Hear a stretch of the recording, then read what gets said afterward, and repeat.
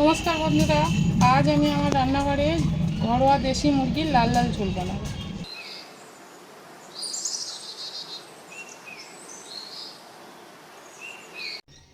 চলুন প্রথমে দেখিয়ে নিই দেশি মুরগির লাল লাল ঝোল বানাতে আমি কি কি উপকরণ নিয়েছি। দেশি মুরগিটাকে কেটে ধুয়ে পরিষ্কার করে নিয়েছি। এই মুরগিগুলো 1 থেকে 1.5 কিলোর মধ্যে হয়। মুরগিগুলোর স্বাদ কিন্তু সম্পূর্ণ আলাদা। আলু, পেঁয়াজ, টমেটো, আদা, রসুন, শুকনো লঙ্কা, কাঁচা লঙ্কা, ধনে, জিরে, রেগুলার মশলা। প্রথমে আমি মাংসটাকে নুন, হলুদ, লঙ্কা গুঁড়ো, তেল দিয়ে মাখিয়ে নেব।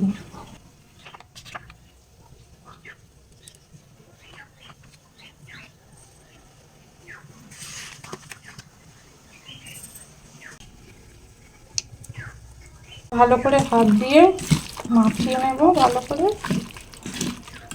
মেখে আধ ঘন্টা রেখে দেব।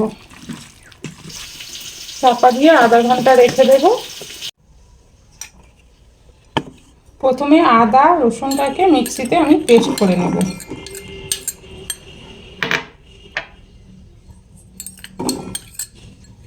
আদা রসুনের পেস্ট। গ্যাসে কড়া বসিয়ে দিয়েছি, কড়াটা গরম হয়ে গেছে। এবার আমি প্রথমে আলুটা ভেজে নেব। সর্ষের তেল দিয়ে দিচ্ছি।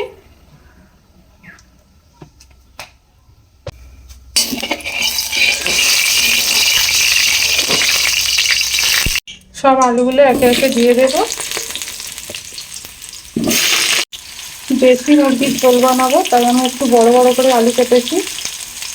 এবার আমি একই মিক্সারে কাঁচা লঙ্কা, ধনে, জিরে, শুকনো লঙ্কা পেস্ট করে নিয়ে আসবো।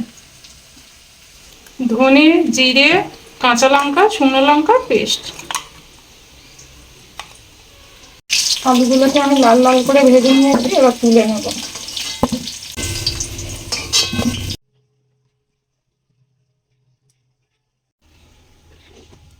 সর্ষের তেল দিয়ে দিয়েছি কড়াই।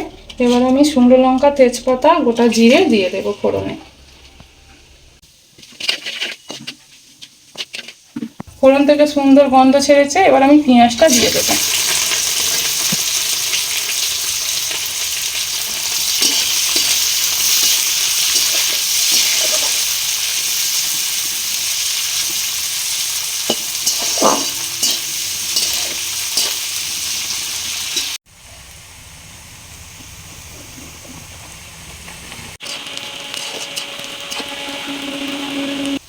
আদা রসুন বাটাটা দিয়ে দেবো। আমি 4 চামচ দেবো।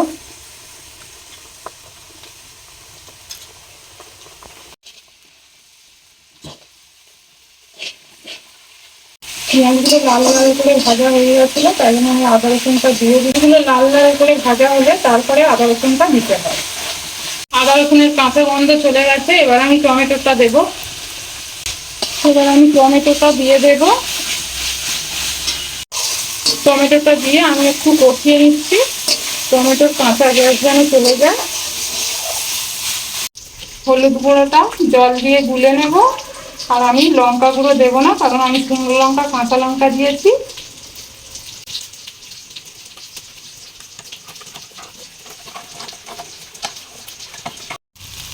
শুকনো লঙ্কা, কাঁচা লঙ্কা, ধনে, জিরে পেস্টটা দিয়ে দেবো।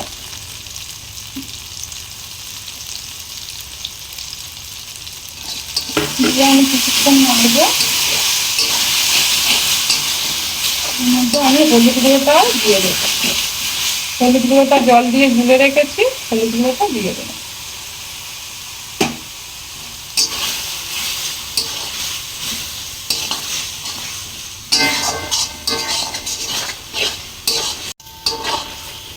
ভালো করে সব মশলাটা কষিয়ে নেব। এবার আমি এর মধ্যে লবণটা দিয়ে দেবো। মাংসতে আমি লবণ মাখিয়ে রেখেছিলাম, তাই স্বাদ মতো লবণ দিলাম।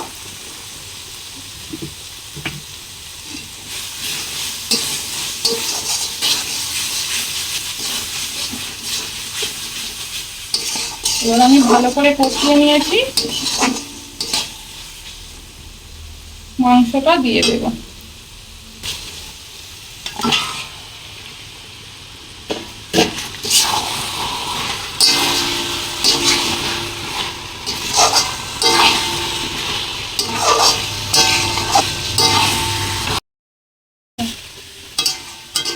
মশলা দিয়ে দিয়েছি, এবার কিছুক্ষণ চাপা দিয়ে রাখবো।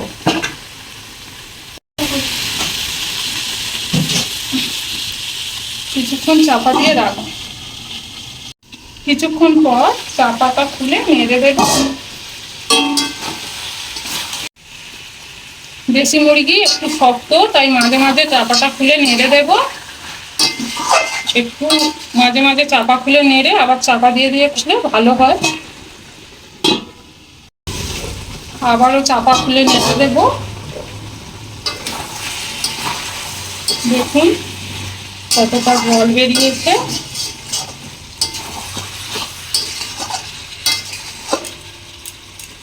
আবার কিছুক্ষণ চাপা দিয়ে রেখে দেব। চাপা দিয়ে দিয়ে কষলে তার স্বাদ সম্পূর্ণ আলাদা হয় আর মাংসটা সম্পূর্ণ সিদ্ধ হয়ে যায়।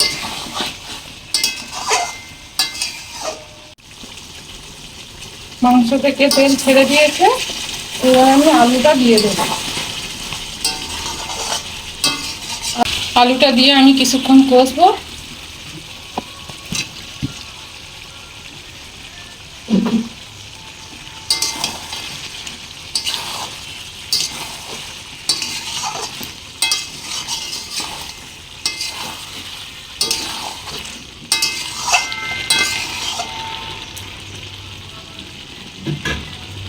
আবার আমি চাপা দিয়ে রেখে দেব। ধনেপাতাটা কুচিয়ে নিয়েছি। সবার শেষে গরম মশলাটা দেবো। গরম মশলাটা আমি এইভাবে বেটে নিয়েছি। চাপাটা খুলে দেখে নেব। দেখুন কতটা তেল বেরিয়ে গেছে। আমার একদম সিদ্ধ হয়ে গেছে আর কষানো হয়ে গেছে। এবার আমি জল দিয়ে দেবো।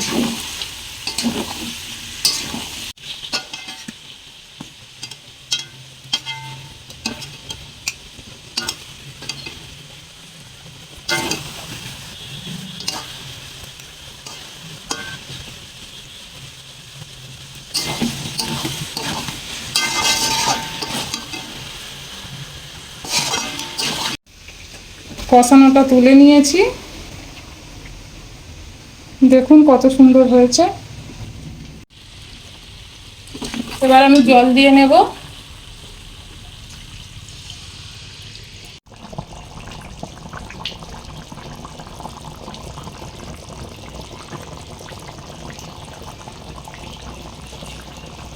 দেখুন মাংসটা একদম টকবক করে ফুটছে,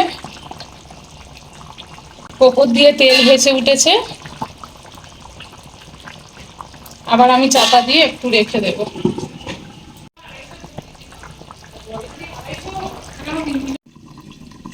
এবার আমি ধনেপাতা ও গরম মশলা দিয়ে দেবো।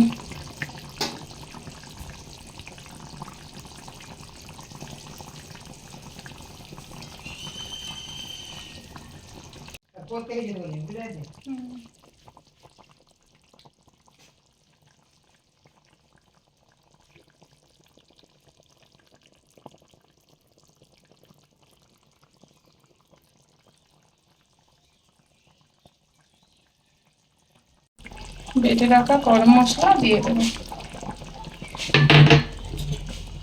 গরম মশলা দিয়ে একটু নেড়ে দেবো। গ্যাসটা লিভিয়ে কিছুক্ষণ চাপা দিয়ে রেখে দেবো। এইভাবে একবার দেশি মুরগি রান্না করে বাড়িতে দেখবেন, খুবই ভালো লাগে।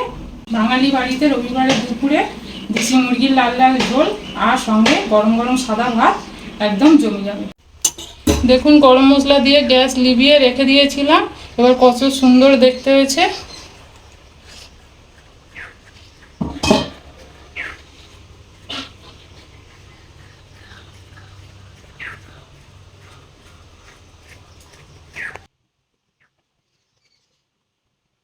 আমার রান্নাটা হয়ে গেছে। এই ভিডিওটা যদি ভালো লাগে তাহলে লাইক, কমেন্ট, শেয়ার ও সাবস্ক্রাইব করতে ভুলবেন না।